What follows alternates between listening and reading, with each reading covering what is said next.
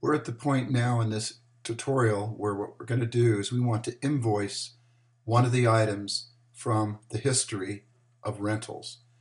The items in this portal are actually each item for this particular client, who is Ben Franklin, where he had come in and done a rental, and we have one of them here that is pay on delivery, and we're going to go ahead and invoice that.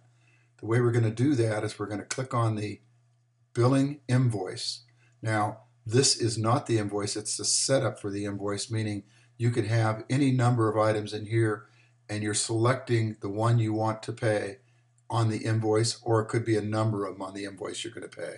For example, there were 3 items here that were invoiced, and the note or status on the invoice is shown here as invoiced. Let's go ahead and go to the invoice, and then that way we can see how it's actually paid. When you come into the invoice, you have 2 things you're going to do. You're going to start a find, and you're going to select the client invoice that you want to pay. Now, the invoice that we're looking at here is the one we want to pay, which is, or have paid. It is $426 when it was actually going to be billed, and we delivered the item to the client, and now we're going to get paid for that. So let's do it.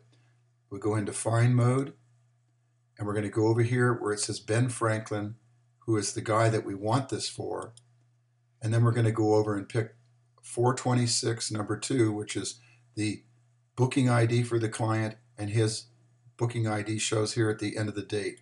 We're going to click on that also. If you were really wanted to make sure that you had the correct person and so forth, you could go up here and pick the person's name right there, like Ben Franklin, and then that would put an assurance that you had the correct one.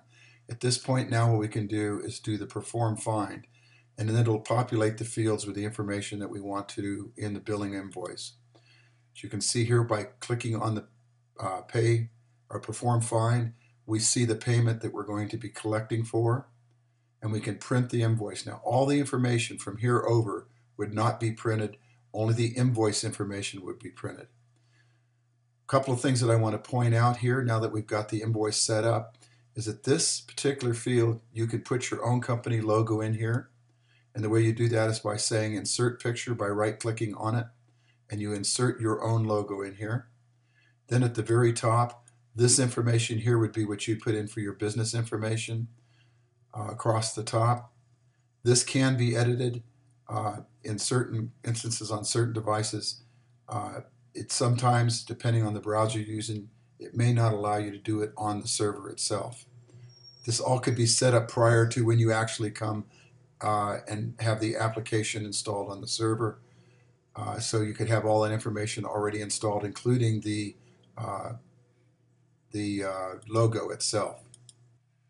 Another thing of interest is that if you're on the iPad or iPhone, you can actually email this invoice if you wanted to. Say, for example, if you were at the client site and now it's invoiced, you can go ahead and invoice or send this to the client. And the way you would do that is to go ahead and within the iPad, for example, there is a print feature, and what you can do is when you click on print, it gives you the option to create and send a PDF through email. And that is covered. There is actually a video on the support site that shows you about how to use a product called FM Go, and FM Go is installed on the iPad. It's a client-server application where you can do either local or you can have a server application that allows you to access and edit on the server.